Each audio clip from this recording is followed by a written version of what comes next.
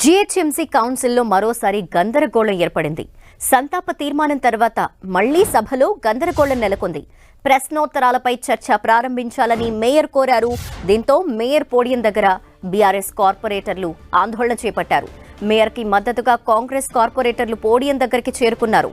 BRS Congress సభ్యులు పోటాపోటీగా నినాదాలు చేశారు. దీంతో సమావేశాన్ని మేయర్ మరోసారి వాయిదా వేశారు.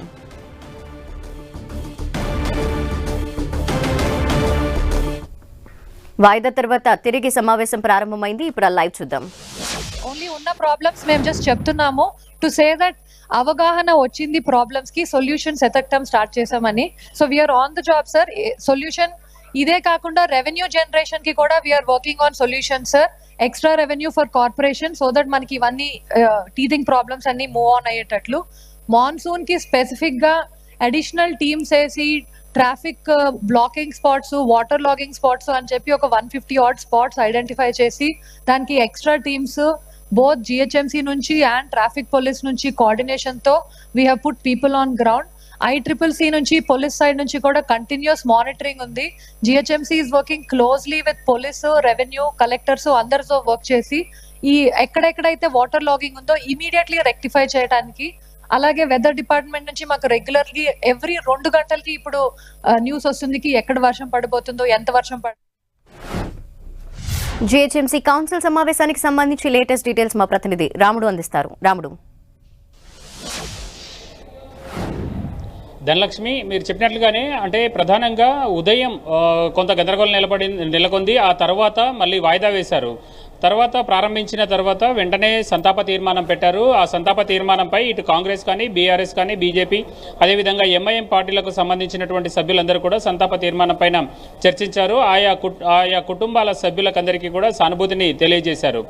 ఆ తర్వాత ప్రశ్నోత్తరాల విషయాన్ని చర్చించే కంటే ముందు మేయర్ చాలా క్లియర్గా చెప్పారు, నేను కానీ డిప్యూటీ మేయర్ కానీ పార్టీ మారిన అంశాలపైన చర్చించేందుకోసం ప్రత్యేకంగా మాట్లాడదాము, కానీ ప్రజా సమస్యలు చర్చించాల్సి ఉంది. దాదాపు 5 నెలలకు పైగా జిహెచ్ఎంసీ కౌన్సిల్ సమావేశం ఏర్పాటు చేయలేదు. ముఖ్యంగా వర్షాకాలం వచ్చినటువంటి నేపథ్యంలో రోడ్లు, అదేవిధంగా శానిటేషన్తో పాటు నాలాల ఈ ఇష్యూ పైన చర్చించాల్సి ఉంది. చర్చించిన తర్వాత మాట్లాడదాం. అంతే, అది కాకుండా చట్ట ప్రకారంగా కూడా వెళ్లేందుకోసం అవకాశం ఉంది. కానీ ఇట్లాంటి మంచి అవకాశం ఉన్నటువంటి ఈ సమయాన్ని మాత్రం సభ గందరగోళం చేసేందుకోసం ఉపయోగించుకోవద్దంటూ వాళ్ళు మేయర్ విజ్ఞప్తి చేయడం జరిగింది బీఆర్ఎస్ కార్పొరేటర్లకు.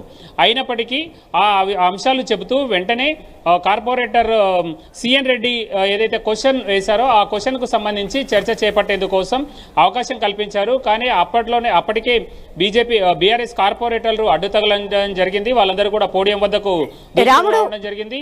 ఆ తర్వాత కాంగ్రెస్ కు సంబంధించినటువంటి కార్పొరేటర్లు కూడా పోడియం వద్దకు వచ్చి చెప్పండి, బీఆర్ఎస్ సభ్యుల ప్రధాన డిమాండ్ ఏంటి అసలు?